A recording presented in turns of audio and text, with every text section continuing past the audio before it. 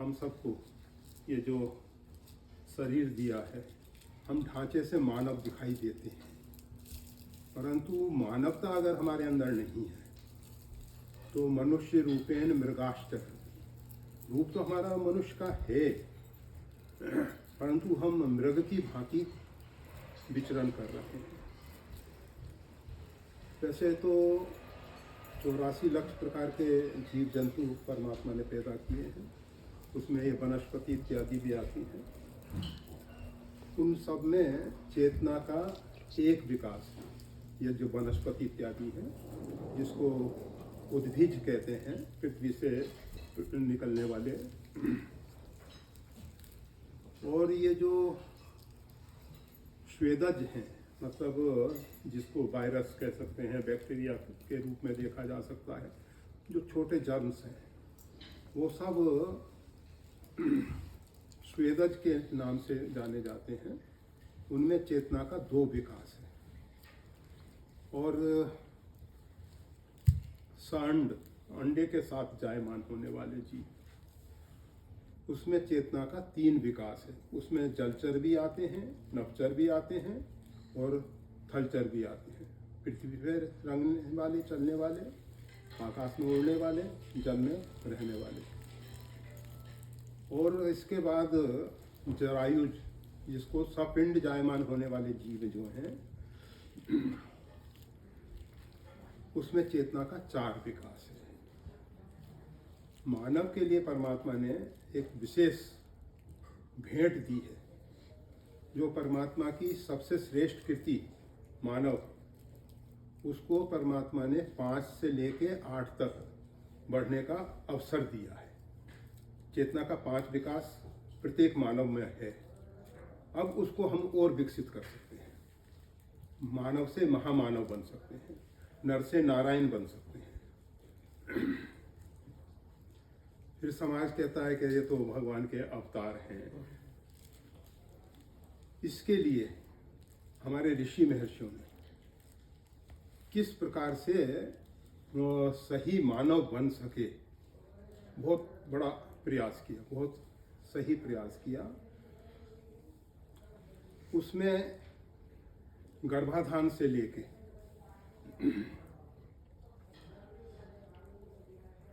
जो मृत्यु पर्यंत अंत्येष्टि, अंतिम इष्टि, ये जो संस्कार दिए गए, हमने मृत्यु को भी, मृत्यु के बाद भी अंत्येष्टि, अंतिम यज्ञ इष्टि के रूप में उसको देखा। तो ये जो 16 संस्कार की बात होती है, उनको आप सब जानते हैं कि एक प्रहलाद जो राक्षसों के बीच में रहता है, उसका पिता जो है स्वयं भगवान नारायण का विरोधी है। उसकी पूरी चेष्टा है हिरण्याकशिपु की सिवा, उसके पिता हिरण्याकशिपु की पूरी कोशिश है कि यह भगवान की भक्ति से विरत हो जाए, अलग हट जाए। वो पूरी कोशिश करता है। उसके लिए गुरु षंड और अमर, 2 को ये कार्य सौंपा जाता है कि इस प्रकार की शिक्षा दे जिससे वो, परंतु उससे कोई असर नहीं होता। ताड़ना के द्वारा अनेक प्रकार से उसको उनकी दृष्टि में सही रास्ते पर लाने के लिए पूरी कोशिश होती है, परंतु कुसंग उसको नहीं बिगाड़ सका। रामचरितमानस में आप देखेंगे, माता कैकेयी की बुद्धि को कुसंग ने बिगाड़ दिया। माता कैकेयी जो है सरजू जल पीती है, उत्तम से उत्तम जल जो हो सकता है पूरे विश्व में, वो सरजू जल है। और एक आश्रम सरजू के किनारे अपना है, तो वहाँ का जल का विश्लेषण करने के लिए दिल्ली भेजा था, और पाया गया कि अद्वितीय है। सरजू जल जो है अपने आप में अद्वितीय जल है। गोस्वामी तुलसीदास जी तो कहते ही हैं, कोटि कल्प काशी वसे, मथुरा कल्प निवास, एक निमिष सरजू वसे, तुले न तुलसीदास। बहुत पवित्र जल है। तो माता कैकेयी जो है सरजू जल पान करती है। परमात्मा स्वरूप भगवान श्री राम उनकी गोद में खेलते हैं। अधिक से अधिक माता कैकेयी का सानिध्य उनको मिलता है। दूसरे शब्दों में कहें तो माता कैकेयी को राम जी का परिपूर्णतम ब्रह्म का सानिध्य लंबा मिल रहा है। अयोध्या जैसी पवित्र भूमि, सप्तपुरी जो मोक्षदायिका हैं, उनमें अयोध्यापुरी मस्तक है। उस नारायण का जो शिरोभाग है वो अयोध्यापुरी के रूप में देखा जाता है। और महाराज दशरथ की धर्म पत्नी है और महाराज दशरथ उनको बहुत चाहते हैं। जन्म उनका अश्वपति कैकेयी देश अर्थात कश्मीर में उनका जन्म होता है। तो जन्म के समय जो उनको संस्कार मिले वो इतने सही नहीं थे, जिसके कारण मंथरा ने उनकी बुद्धि को बदल दिया। एक रात्रि प्रसंगे केवल थोड़ी देर के संसर्ग के कारण मंथरा ने, जो माता कैकेयी कह रही थी कि राम जी का युवराज पद पे अभिषेक होना चाहिए, महाराज दशरथ ने कहा है भामिन भयो तोर मन भावा। जब वो भवन में माता कैकेयी पहुंचती है तो उस समय महाराज दशरथ जाते हैं और उन्होंने सोचा कि मैं इनको ये शुभ समाचार स्वयं दूंगा तो माता कैकेयी बहुत प्रसन्न हो जाएंगी, जितना क्रोध है इनका गलित हो जाएगा, बह जाएगा। परंतु नहीं हुआ। क्यों नहीं हुआ? प्रहलाद को कोई बिगाड़ नहीं सका और माता कैकेयी को इतना उत्तम संयोग पाने के बाद भी मंथरा ने उनकी बुद्धि को बिगाड़ दिया। गोस्वामी तुलसीदास जी तो कहते हैं कौन कुसंगत पाए नसाई। कौन ऐसा जीव है जो कुसंग पाके बर्बाद नहीं हुआ। तो हम ये बता रहे थे कि प्रहलाद कैसे सुरक्षित रहा और अन्य हम सब। आज लोग कहते हैं टीवी, मोबाइल, इंटरनेट और इन सब के कारण से लोग बच्चे बिगड़ रहे हैं, तो उनको अच्छे संस्कार नहीं दिए जा रहे हैं। तो आपने कहा कि शुरू की जो 6 वर्ष की अवस्था है उस समय तक उसमें जो ग्रहण करने की शक्ति है बहुत अधिक है। तो बिल्कुल यथार्थ है, क्योंकि जितना हमारा चित्त एकाग्र होता है, कोई भी वस्तु चित्त का स्पर्श करती है तो वो भूलते नहीं हैं। कोई घटना जीवन में ऐसी घटित हो जाती है जिसको हम जीवन पर्यंत नहीं भूलते।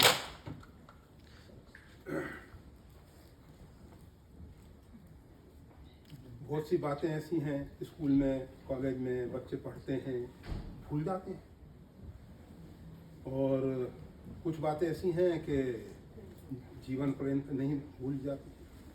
उसके पीछे कारण ये है कि एकाग्र चित्त के साथ जो वस्तु स्पर्श कर लेती है वो चित्त में एक स्थान बना लेती है और फिर उसको लंबे समय तक हटाया नहीं जा सकता है। तो ये जो बच्चों का शैशव काल है, 6 वर्ष तक की अवस्था जो है, शिशु शैशव काल जो है, उनका वृत्ति उसकी काफी एकाग्र होती है। किसी भी बात को वो गंभीरता से लेता है। परंतु इससे भी कहीं अधिक माता के गर्भ में जब होता है तो लगभग बाहर के वातावरण का उस पर कोई असर नहीं होता है। 1 से 6 वर्ष की अवस्था तक तो फिर भी लोगों को देखता है, सुनता है और उससे बहुत कुछ उसकी चित्त की वृत्ति जो है यत्र तत्र भटक जाती है। फिर भी अन्य मतलब 6 से ऊपर की अवस्था दिन प्रतिदिन वो जो चित्त की वृत्ति भटकती है अधिक, तो उसकी जो मेधा शक्ति है, ग्रहण करने की शक्ति, वो मेधा कमज़ोर होने लग जाती है। आपने देखा होगा, सुना होगा कि ये जो प्राग चक्षु है, मतलब जो बाह्य नेत्रों से रहित है, हमारे एक रामभद्राचार्य जी महाराज, जगत गुरु, रामचरितमानस पूरा कंठस्थ, श्रीमद् भागवत कंठस्थ, श्रीमद् भगवद गीता कंठस्थ, और भी अन्य अन्य, वैसे वो स्वयं भी अपने आप में आशु कवि हैं, संस्कृत में काव्य की रचना कर सकते हैं तत्काल। आशु कवि मतलब शीघ्र रचना कर लेते हैं। अनेकों भाषाओं में, अंग्रेजी है, हिंदी है, गुजराती है, और बहुत सी भाषाएं ऐसी हैं जिनमें वो धारा प्रवाह बोल सकते हैं। ये सब कैसे प्राप्त हुआ? वैसे उनका कथन ये है कि रामचरितमानस का विशेष रूप से संपुट लगा के पाठ करने से मेरे को ये मेधा प्राप्त हुई है, परंतु उनके अतिरिक्त अन्य भी सूर, मतलब ये प्राग चक्षु देखे जाते हैं जिनके अंदर मेधा शक्ति बहुत अधिक है। उसके पीछे कारण है कि वो बाह्य दृश्य जो है ना, नहीं देख पा रहे हैं, और उनका असर हम सबके ऊपर जितना होता है, बाहर का दृश्य देख के, जो पहले लोग रेडियो से सुनते थे उसका असर कम होता था, परंतु अभी जो ये टीवी पे देखते हैं, नेत्रों से देखते हैं, दूरदर्शन के द्वारा, उसका असर बहुत ज़्यादा होता है, देख रहे हैं। तो अब ये जो परमात्मा ने, वो प्रहलाद के विषय में थोड़ा सा बता दें, फिर उसके बाद 1 से 6 वर्ष। प्रहलाद का जन्म होने से पूर्व विष्णु पुराण में उसका वृतांत आया है। हिरण्याकशिपु जो है, हिरण्याक्ष के वध, मतलब उसके भाई का वध भगवान नारायण ने 12 रूप में किया। कथाएं तो बहुत विस्तार पूर्वक हैं, हम केवल अंश मात्र स्पर्श करेंगे। और जब हिरण्याक्ष का वध हुआ तो हिरण्याकशिपु को लगा कि इन्होंने मेरे भाई को मारा है, प्रतिशोध की भावना से वो भर गया, और परंतु वो जानता था हिरण्याक्ष उसके समान बलवान था, तो बल और अपने ताकत के द्वारा तो मैं नारायण पे विजय नहीं पा सकता हूँ, इसके लिए तप बल चाहिए। तो वो तपस्या करने के लिए जाता है, और वो तपस्या के लिए जाता है। देवताओं में बड़ी खलबली हुई कि अब ये तपस्या में बैठेगा और एकाग्रचित होके तपस्या करेगा, ब्रह्मा जी इसको वरदान देने के लिए मजबूर हो जाएंगे, और ये मनोवांछित वरदान मांग के हम सबको ही दुखी करेगा। तो ऐसा देवताओं में आपस में विचार हुआ। उन्होंने शरण ली गुरु बृहस्पति की, गुरुदेव इस संकट से आप ही उबार सकते हैं, तो रक्षा करने वाला कोई नहीं दिखाई दे रहा है हमको। गुरुदेव ने कहा, देखो कोई तपस्या करने जा रहा है, उसकी तपस्या को भंग करना अच्छा नहीं, परंतु इसका जो विचार है, तप के पीछे जो उद्देश्य है इसका, वो पवित्र नहीं है। इस हेतु मैं इस विषय में कुछ कार्य करने की चेष्टा करता हूँ। कर्म करते हैं, पुरुषार्थ करते हैं, कोशिश करते हैं, परिणाम तो परमात्मा के हाथ में है।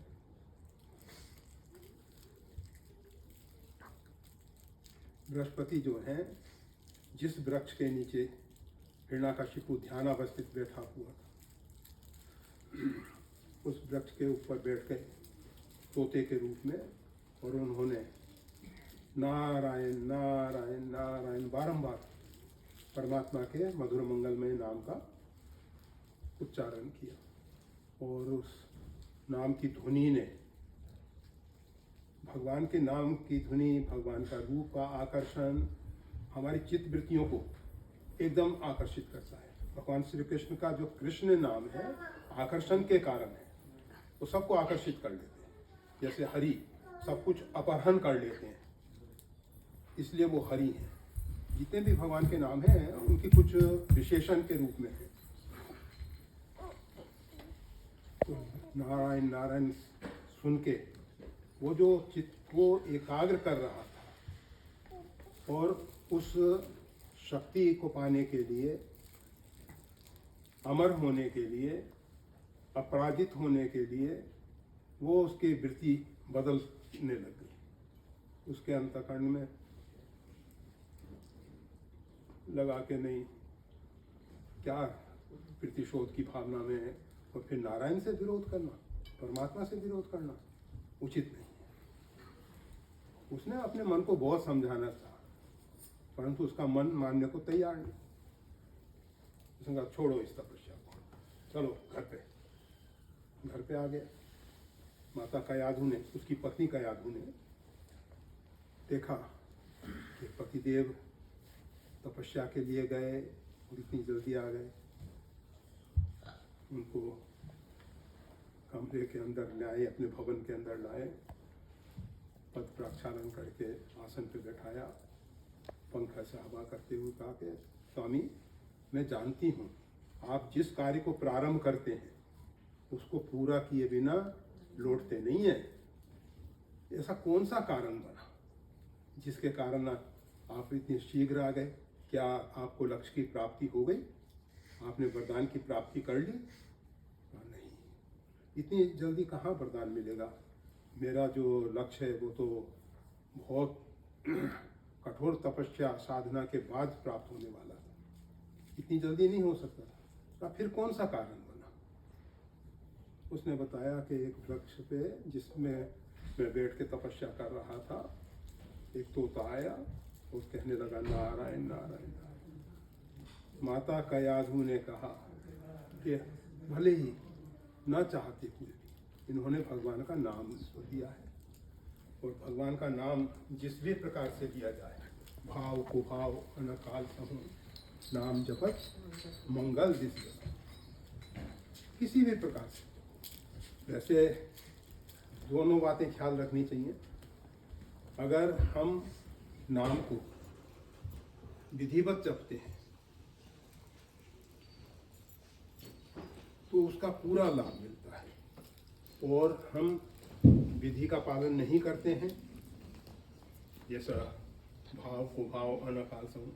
गोस्वामी तुलसीदास जी नाम के विषय में कहते हैं, नाम जी ही जप जागहि जोगी, बिरत बिरंच प्रपंच वियोगी, जाना चाहे गूढ़ गति जेऊ, नाम जी ही जप जाने, साधक नाम जप ही लय लाए, होय सिद्धि मतलब नाम जप की अनेक विधियों के विषय में बता रहे हैं। ज्ञानी किस प्रकार से जपता है, जिज्ञासु किस प्रकार से जपता है, अर्थार्थी किस प्रकार से जपता है, आर्थ किस प्रकार से जपता है।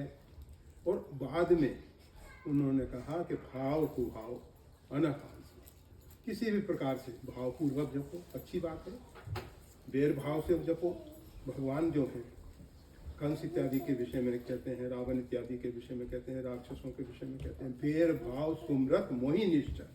राक्षस जो है ना, बैर भाव से मेरा स्मरण करते हैं। कोई व्यक्ति स्वेच्छा से अग्नि में कूदे या किसी को जबरदस्ती फेंक दिया जाए, किसी भी प्रकार से अगर वो अग्नि के साथ जुड़ेगा तो अग्नि अपना प्रभाव उसको दिखाएगी। इसी प्रकार से हम भगवान के साथ किसी भी प्रकार से जुड़ जाए, हमारी चित्तवृत्ति भगवान, रमानाथो रामो रम तु मम चित्ते तु सततम, हे रमानाथ मेरा चित्त जो है ना सततम निरंतर अहिर्निश आपके साथ जुड़ा रहे, उसी में रमन करे मेरा मन। तो माता कयाधु ने कहा कि देखो पतिदेव जो हैं आज 3 बार नारायण नारायण तो बोले हैं। कहा ठीक है स्वामी, आप स्नान इत्यादि करके फ्रेश हो जाइए और मैं आपके लिए भोजन तैयार करती हूँ। भोजन तैयार करने के लिए जाती हैं माता कयाधु, नारायण नारायण का स्मरण करती। आप सबको मालूम है भोजन में कितना ही सात्विक पदार्थ हो, उसको बनाने का ढंग अगर सही नहीं है। एक घटना घटी, एक महात्मा के आश्रम में एक बालक पहुंचा, कहा स्वामी जी हमको कुछ सेवा बता दीजिए। आखिर ऐसा करो तुम चंदन घिसा करो। उसको चंदन घिसने की सेवा सौंप दी गई। अब वो चंदन घिसता है और अग्नि सूक्त का पाठ करता है। चंदन उतर के घिसने के बाद हम सब कहते हैं चंदन उतार लो, उतार लिया। उसको ले जाके संतों की सेवा में दिया गया। संतों के मस्तक पे फूल से चंदन लगाया। सब संतों के जलन होने लगी। चंदन श्रीखंड मतलब शीतल है, अत्यंत शीतल, और उससे ये जलन हो रही है, क्या कारण है? पता किया गया कि आज चंदन किसने उतारा। कहा कि अमुक व्यक्ति आया है और उसको बुलाया, तुम चंदन उतारते समय कुछ चिंतन कर रहे थे क्या? कहा कि हाँ, मैं अग्निशुक्त का पाठ कर रहा था। कहा कि चंदन उतारते समय तुमने अग्निशुक्त का पाठ किया, उसके कारण इन सब की हालत देखो क्या हो रही है, सबके जलन हो रही है। तो जिस प्रकार के चिंतन करते हुए कोई भी कार्य हम करते हैं तो उस कार्य में उसका प्रभाव दिखाई देता है। भोजन बनाते समय हम फिल्मी गीत गुनगुनाते रहें या अन्य निरर्थक चिंतन करते रहें, और जैसे व्यावसायिक लोग तो अपने व्यवसाय के विषय में सोचते हुए, और जैसा उसका असर भोजन में होता है। भले एक पदार्थ सात्विक हो, परंतु बनाने का ढंग, बनाने वाला भी शुद्ध सात्विक होना चाहिए। और इसीलिए भारत में भोजन बनाने का काम माताएं बहनें, क्यों? माताओं का हृदय प्रधान है, वो भाव प्रधान है। उनमें एक ऐसी विलक्षण भगवान ने योग्यता दी है, किसी भी कार्य को धैर्य पूर्वक करती हैं। उतावलापन नहीं है उनमें, धैर्य पूर्वक करती हैं। प्रतीक्षा बहुत लंबे समय तक करने को तैयार है। पुरुष में शीघ्र परिणाम चाहता है। धर्म का जो पहला लक्षण है धृति, क्षमा, दमोस्त है। अगर धैर्य नहीं है, कोई व्यक्ति अधीर हो जाता है, उतावला होता है, तो वो धर्म के मार्ग से विचलित होने वाला है। गोस्वामी तुलसीदास जी ने रामचरितमानस में जो भगवान श्री राम ने धर्म रूपी रथ का वर्णन किया है, सूरज धीरज तेई रथ चाका, शौर्य और धैर्य उस रथ के पहिए हैं। अगर धर्म रूपी रथ पे हमको चलना है तो हमारे जीवन में शौर्य भी होना चाहिए और उसके साथ साथ धैर्य भी होना चाहिए। अगर केवल धैर्य है, शौर्य नहीं है, जैसे आलसी लोग हैं, धैर्य रखे हुए पड़े हुए हैं, चिंता नहीं। ऐसा नहीं, अपने अंदर शक्ति सामर्थ्य पूरी हो और उसका पूरा पूरा उपयोग करें, परंतु धैर्य पूर्वक करें, उसमें उतावलापन न हो। तो माताओं के अंदर धैर्य ज़्यादा है, जो दिखाई देता है ना कि धार्मिक क्षेत्रों में माता जितनी सफल हुई है उतने पुरुष नहीं हो पाए हैं। पुरुष बुद्धि प्रधान है, पुरुषार्थ करने को तैयार है, परंतु धैर्य धारण करके भाव से, इसीलिए माताएं बहनें कला आगे बढ़ जाती हैं, हमेशा आगे बढ़ जाती हैं। तो माता कयाधु ने भोजन जो बनाया उस समय भगवान का नाम सुमरन करते हुए नारायण नारायण नारायण और भाव से भर के भगवान से प्रार्थना करती कि प्रभु ये जो भोजन है ये बनाया तो आपके लिए जा रहा है, परंतु इसका प्रसाद जो है वो हमारे पति को मिलने वाला है, और आप कृपा करें कि हमारे पति की जो बुद्धि है वो हमेशा सत्कर्मों की ओर लगी रहे। उनकी जो बुद्धि आज बेमनस्ता प्रतिशोध के भाव से भरी हुई है वो सही रास्ते पे आ जाए, सही रास्ते पे आ जाए। इस प्रकार से उन्होंने फिर ठाकुर जी को थाल रखा गया भोजन का, उसमें तुलसी पत्र छोड़ के भगवान को निवेदित किया गया। प्रसाद जो है हिरण्यकशिपु ने पाया। प्रसाद को पाते समय माता कयाधु पंखे से हवा करती रहती हैं और फिर वो चर्चा चलाती हैं कि आप तपस्या के लिए गए थे, वहाँ पेड़ के नीचे बैठे थे, पेड़ पे एक तोता आया, उसने क्या कहा? भगवान के नाम का बारंबार उन्होंने उच्चारण कराया। हमारे यहाँ साधु संत समाज में भोजन के समय भगवान के नाम की गर्जना की जाती है। जो ब्राह्मण समाज है उसमें पुरुष सूक्त का पाठ किया जाता है भोजन से पूर्व। सन्यासी जो हैं 15वें अध्याय का, गीता का जो 15वां अध्याय है उसका पाठ करते हैं, और संत भज मतलब गोविंद का नाम स्मरण करते हुए भोजन इत्यादि। तो माता कयाधु ने भोजन के समय भी नारायण की चर्चा चला के नारायण का नाम उच्चारण कराया।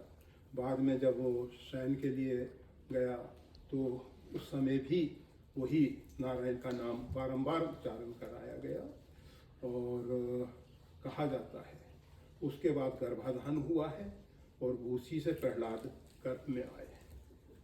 तो ये जो गर्भाधान के समय से जो संस्कार आते हैं बहुत बहुत मजबूत होते हैं, उनको कोई हिला नहीं सकता। फिर गर्भस्थ शिशु प्रहलाद को माता कयाधु के गर्भ में श्रीमद् भागवत सुनने का सौभाग्य प्राप्त होता है, और नारद जी के द्वारा उसके संस्कार फिर 1 से 6 वर्ष तक, जब तक हिरण्यकशिपु तपस्या में है तब तक प्रहलाद को इतना मजबूत बना दिया गया जिससे संसार की कोई ताकत उसको भगवत विमुख नहीं कर सकी। तो 1 से 6 वर्ष से पूर्व भी हमको आयोजन करना होगा, आयोजन पूर्वक गर्भाधान होना चाहिए, और फिर उसके उपरांत गर्भस्थ शिशु को अच्छे संस्कार मिले खान पान के रूप में। अब ये तो सब जानते हैं, सात्विक आहार जो है, मतलब हम जैसा अन्न ग्रहण करते हैं, जैसा भोजन ग्रहण करते हैं, वैसे ही हार्मोन्स तैयार होते हैं, वो हमारे मन बुद्धि को प्रभावित करते हैं। अगर हम शुद्ध सात्विक आहार ग्रहण करेंगे, शुद्ध सात्विक में बनाने वाला भी गीता में जो भगवान ने कहा है ना, आयु सत्व बलारोग्य सुख प्रीति विवर्धना रस्या स्निग्धा रिधा, ये जो है सात्विक आहार है। आयु को बढ़ाने वाले, आरोग्य को प्रदान करने वाले, सतोगुण की वृद्धि करने वाले, शरीर को आरोग्य प्रदान करने वाले जो पदार्थ हैं उसमें रस्य स्निग्धा स्निग्ध रिधा, मतलब मन को प्रसन्न, थाल देखें ना तो आनंद आ जाए, मतलब पदार्थ इस प्रकार के हों, रिधा मन को प्रसन्न करने वाले, प्रसन्नचित होकर हम प्रसाद पाएं। तो और स्थिरा, तो जिनका तत्व शरीर में लंबे समय तक स्थिर रहने वाला है, इस प्रकार का जो शुद्ध सात्विक आहार है, वो आहार जब हम ग्रहण करेंगे तो, और माताएं बहनों को लिए विशेष और पुरुषों के लिए भी उतना ही आवश्यक है, क्योंकि दोनों के संयोग से ही संतान आगे आ रही है। और फिर गर्भस्थ शिशु को अच्छे संस्कार देने के लिए माताएं शुद्ध सात्विक आहार और शुद्ध वातावरण में रहेंगे, क्योंकि जहाँ के जैसे वातावरण होते हैं, नारद जी जो हैं हिमालय में तपस्या के लिए गए हैं, आश्रम परम पुनीत सुहावा, देख देव ऋषि मन अतिभाव। इसी प्रकार से नारद जी के आश्रम में माता कयाधु का रहना होता है, और वहाँ प्रहलाद को श्रीमद् भागवत के साथ साथ वहाँ का जो वातावरण है उसके स्पंदन इत्यादि सुहाव। तो बच्चों को अगर सही आदर्श मानव बनाना है, हम तो हमेशा कहते हैं अगर एक माँ ने एक बच्चे को भी आदर्श मानव बना दिया तो संसार में अद्वितीय कार्य कर दिया। इससे बड़ा कार्य संसार में कुछ हो ही नहीं सकता। और इसीलिए हमारे यहाँ मातृशक्ति को इतना सम्मान दिया गया है।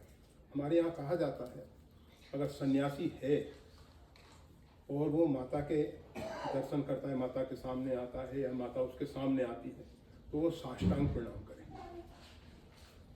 और अगर पिता आता है तो पिता जो है सन्यासी को प्रणाम करें।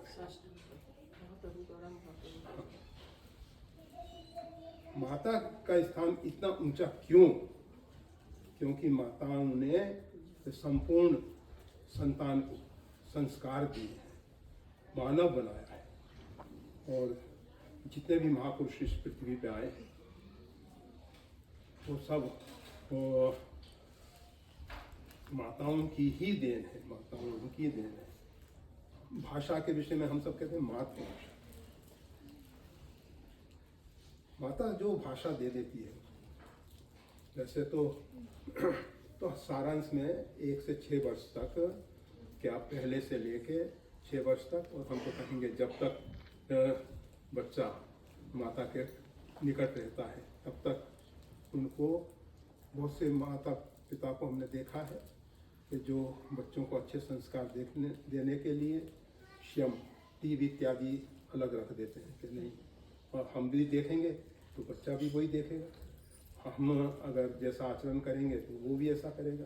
बच्चे बिगड़ने ना पाए। मोबाइल का प्रयोग समय पे कम से कम, आवश्यक होने पर ही। ये नहीं कि अब माता पिता सुबह से शाम तक मोबाइल पे लगे हुए हैं तो बच्चा वही देख रहा है, उसको भी वही सब देख के बहुत अधिक बच्चे सीख जाते हैं और फिर वैसा ही करने लगते हैं। तो इसलिए फिर बच्चे जब देखते हैं कि फांसी के फंदे कैसे बनाए जाते हैं, ये कैसे बनाया जाता है, ये क्या होता है, तो वो सब खेल खेल में वो सब भी करने लगते हैं। और फिर कोई भी धैर्य है नहीं, विवेक है नहीं, सोच समझ के कुछ काम नहीं करना है, तो इस प्रकार की दुर्घटनाएं घटित होती हैं। थोड़ा सा कारण बन गया, अरे भाई जीवन है तो समय के अनुसार परिवर्तन तो होगा ही, कुछ ना कुछ जो आज विषम कठिन परिस्थितियां हैं उनमें बदलाव आएगा ही। ऐसा तो नहीं है कि एक प्रकार का ही समय रहेगा, पर वो सब नहीं हो पाता है और उनकी बुद्धि इतनी विकसित हो जाती है कि कोई गलत कदम उठा लेते हैं।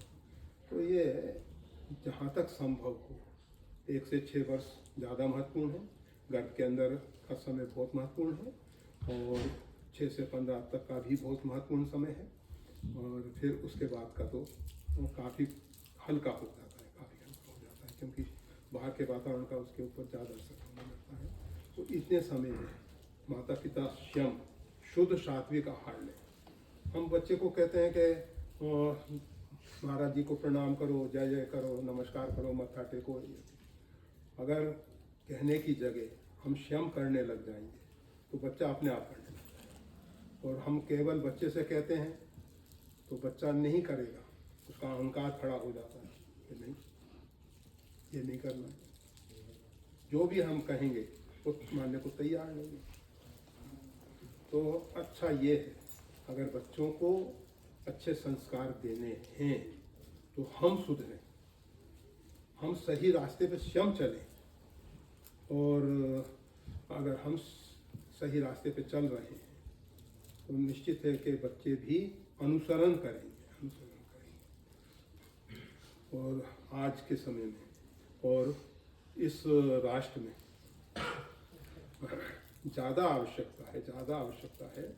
भारत में स्थितियाँ बहुत बदल चुकी हैं, फिर भी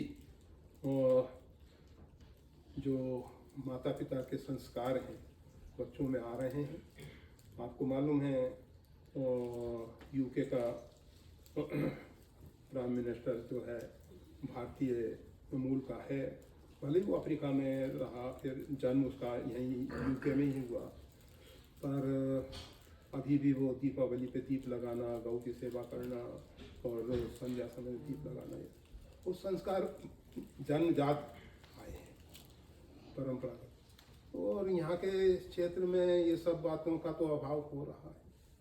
और ऐसी स्थिति में बच्चे काफ़ी कुछ बिगड़ रहे हैं।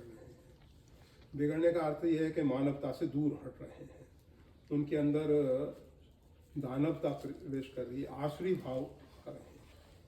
तो उन आसुरी भाव और फिर स्थितियाँ क्या होती हैं, हम किसी का नाम नहीं ले रहे हैं, परंतु ऐसे परिवार, पिता परेशान हो रहा है, बच्चा उससे बात नहीं करता है, बच्चे से वो क्षमा मांगता है, पिता कहता है कि बेटा आ जाओ, मेरे लिए नहीं आते तो कम से कम अपनी माँ को तो देख जाओ, परंतु वो घर पे आने को तैयार नहीं, गलत रास्ते पे चल रहा है। ये सब परिणाम क्यों आ रहे हैं? क्योंकि शुरू से बच्चों को सुसंस्कृत नहीं किया गया, अच्छे संस्कार नहीं दिए गए। अगर उनको अच्छे संस्कार दे दिए गए होते तो, और अच्छे संस्कार देने में स्वयं को भी तपस्या करनी होती है, मतलब हमको भी स्वयं शुद्ध सात्विक आहार लेना होगा। हमारी दिनचर्या सुबह से शाम तक की उस प्रकार की होनी चाहिए। बहुत से लोग सोचते हैं अभी तो ये छोटा बच्चा है क्या, अरे वो सब जो देख रहा है वो सब चित्र उसके मस्तिष्क पे अंकित होते चले जा रहे हैं, सब उसके। और अरे बच्चे हैं, अभी तो उनका खेलने खाने का समय है, कहाँ इनको माला और कहाँ इनको ये नाम संकीर्तन और ये सब। और हमने देखा है सत्संग हॉल के साथ बच्चों को खेलने के लिए एक अलग व्यवस्था दे दी जाती है, क्योंकि अगर बच्चे सत्संग में बैठेंगे तो फिर कुछ ना कुछ अपना उछल कूद करेंगे, तो इसलिए एक अलग व्यवस्था कि बच्चे खेलते रहे। अरे बच्चों को हमसे अधिक सत्संग की जरूरत है। उनका जो कोमल हृदय है, उनका जो साफ स्वच्छ हृदय है, कोई भी वस्तु को पकड़ लेगा और वो उसको जीवन पर्यंत वो धारण करेगा। तो ये सब ख्याल करते हुए, आहार इत्यादि पे विचार करते हुए बच्चों को स्कूल कॉलेज में तो पढ़ना है ही, परंतु उसके साथ साथ घर पे इतना पढ़ा दिया जाए कि जिससे वो कभी भी मानवता से न भटके, उनके अंदर आसुरी भाव ना पैदा हो जाए। आसुरी भाव जो है, जैसे दुर्योधन है, युद्ध क्षेत्र में खड़ा है, अर्जुन भी युद्ध क्षेत्र में खड़ा हुआ है। दुर्योधन की क्या विचारधारा है? वो कहता है मदर्थे त्यक्त जीविता।